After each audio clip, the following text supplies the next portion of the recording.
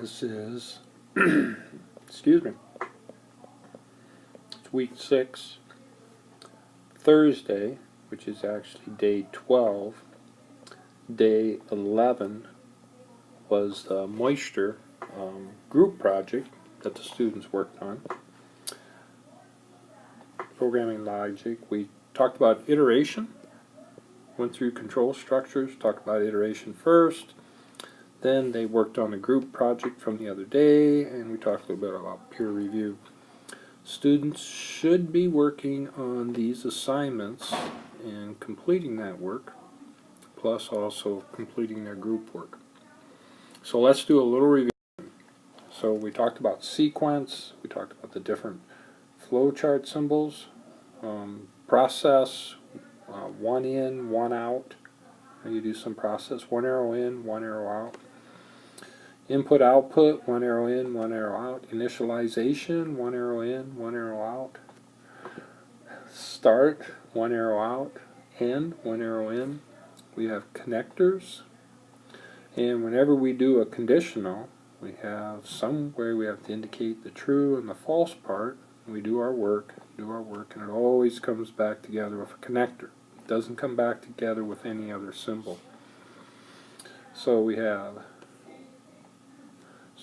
conditional, sequence, and then today we talked about iteration. Here we start out, we have a connector, and then we enter some condition. Do while, as long as it's true, it's going to do what's in the loop, and then come back up, and keep doing that until it turns false, and then goes to the other code. If we were to look at this, and then we have some means to stop the loop. What we introduced today was we used some input, and we inputted a value that wouldn't normally input it. And we use that to stop the loop. We're going to look at Tuesday and Wednesday next week. We'll look at some more examples. Pseudocode, while, and then here's your true-false statement, and you indent everything that's true, and then the end while, and then your code goes back to the normal alignment here. Python actually figures this out based on the indent. Now, just as a review, it should be straight up and down. An if-then statement uses a similar idea. Here, if it's true, your indented part's here, then you have an else, and then your false part's here, and then your end if. And Python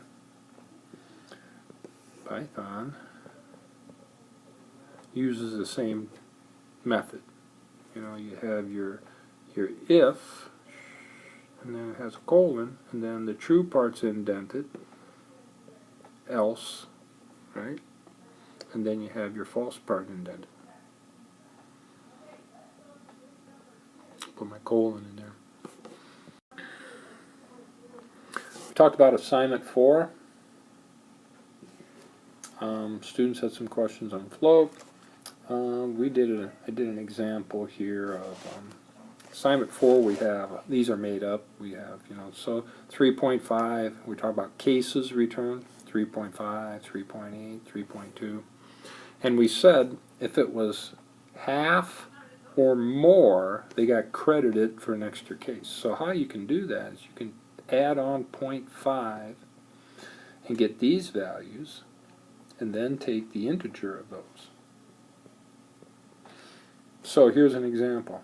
You can take the input the cases, add 0.5, and then integer it, and then this value that calculates would give you the number of cases to be returned. And if it's 10 or more, they get $4 a case. Less than 10, they get $3.50 a case. All right. Here we were looking at a program example, and I was just talking about, this was the perimeter problem and the paint and how you put stuff into memory locations, and then we were adding how much paint and how the memory location can change. We used the perimeter problem That was assignment 1. I think I got that right. Perimeter problem, what we did to do that, we added an iteration. We added a loop so we could keep, actually I should draw that the other way. We added a loop, we came down and looped back up, and then finally something stopped the code and went here, and we could then enter multiple data and get our results. So we had a loop, and then in the loop we summed up the paint. We gave an example here. This is a little harder to see, but I'm going to run through it anyway. I didn't get a real good picture, but this was the problem from Tuesday. The groups worked on, and so this was one of the groups. They're not all listed up here, but this was one of the groups. And they have their information here, their legend, and so forth.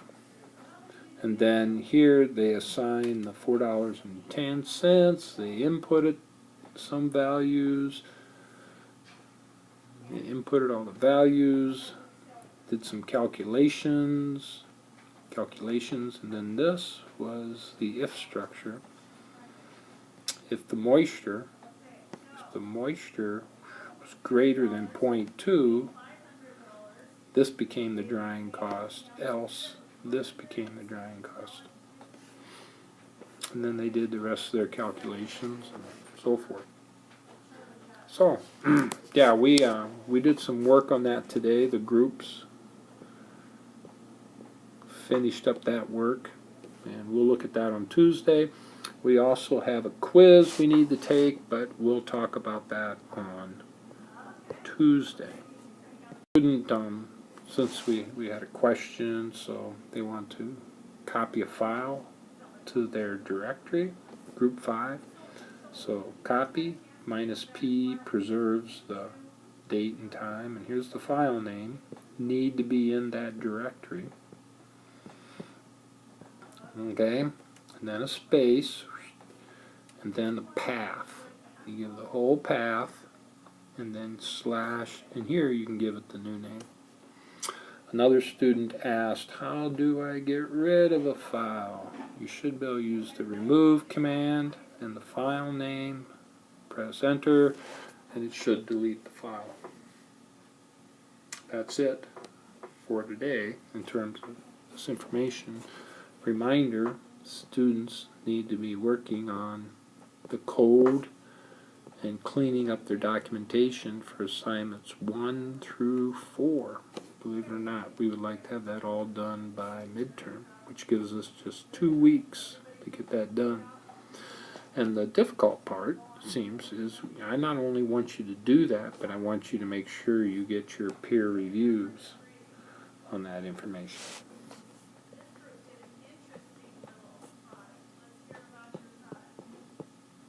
Get it? So you got to copy it over to the directory and then have people in your group review it, make sure it works. That's it.